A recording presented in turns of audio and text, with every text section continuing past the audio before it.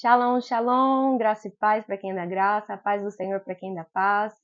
Palavra do hoje que o Senhor ministrou nos nossos corações em Isaías, capítulo 1, versículo 11, onde vai dizer assim: De que me serve a minha multidão de vossos sacrifícios, diz o Senhor. Já estou farto dos holocaustos de carneiros e da gordura de animais nédios, e não folgo com o sangue de bezerros, nem de cordeiros, nem de bodes. Quando vindes para comparecerdes perante mim, quem requereu isso de vossas mãos, que viesse pisar nos meus átrios? Aqui a palavra do Senhor vai nos revelar, né, aquilo que o profeta Isaías foi usado por Deus para trazer para a terra de Judá. A terra de Judá estava sendo sitiada, estava passando por uma situação muito difícil, onde Deus permitiu que a Babilônia, a Síria, atacasse Judá, por causa que Deus estava tratando o seu povo, porque o povo que antes era conhecido como cidade fiel havia quebrado a aliança com o Senhor. De que forma esse povo quebrou a aliança?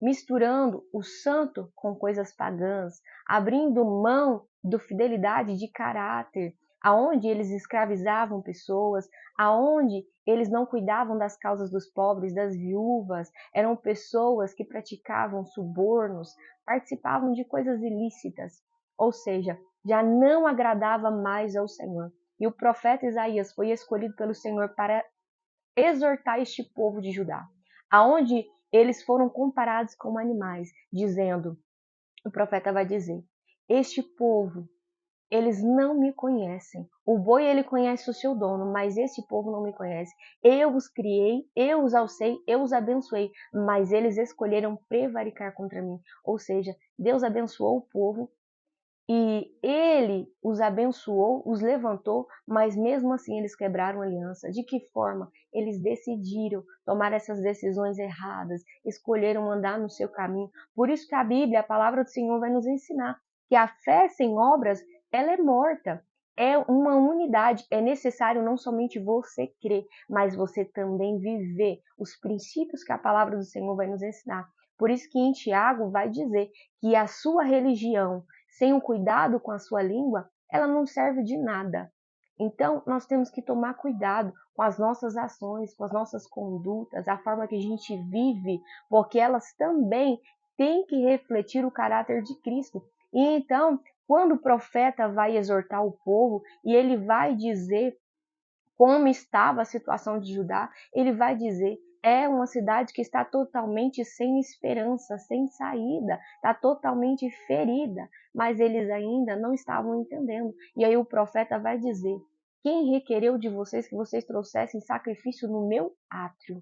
O ponto que o pecado deles era tão grande diante do Senhor e cheirava tão mal às narinas de Deus, que Deus estava usando a boca do profeta para compará-los com Sodoma e Gomorra, ao ponto dele dizer que o povo todo não pereceu porque existia alguns remanescentes, alguns que não se dobraram a essas culturas, a essas ações que desagradavam ao Senhor.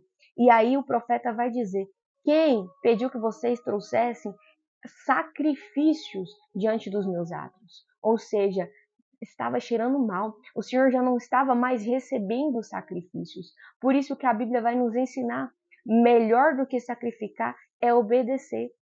Não adianta você sacrificar se não houver obediência. Não adianta você sacrificar se não houver caráter transformado.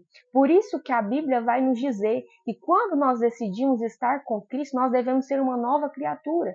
Negar a si mesmo, tomar a sua cruz e seguir a Jesus. Ou seja, você renunciar, às vezes, uma inveja, um orgulho, uma arrogância, uma prepotência.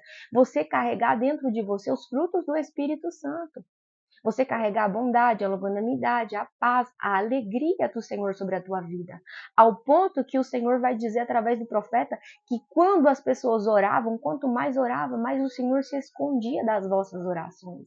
Ou seja, o que o Senhor queria? Um verdadeiro arrependimento das suas próprias ações do povo. Porque era um povo que antes era fiel, tinha um bom caráter, uma boa conduta, mas se perdeu no meio do caminho. E hoje a palavra que o Senhor quer nos exortar é: não se perca no meio do caminho. Ainda que você se perdeu, volte a buscar como você buscava, a ter um caráter renovado, você ter os frutos do Espírito Santo dentro de você.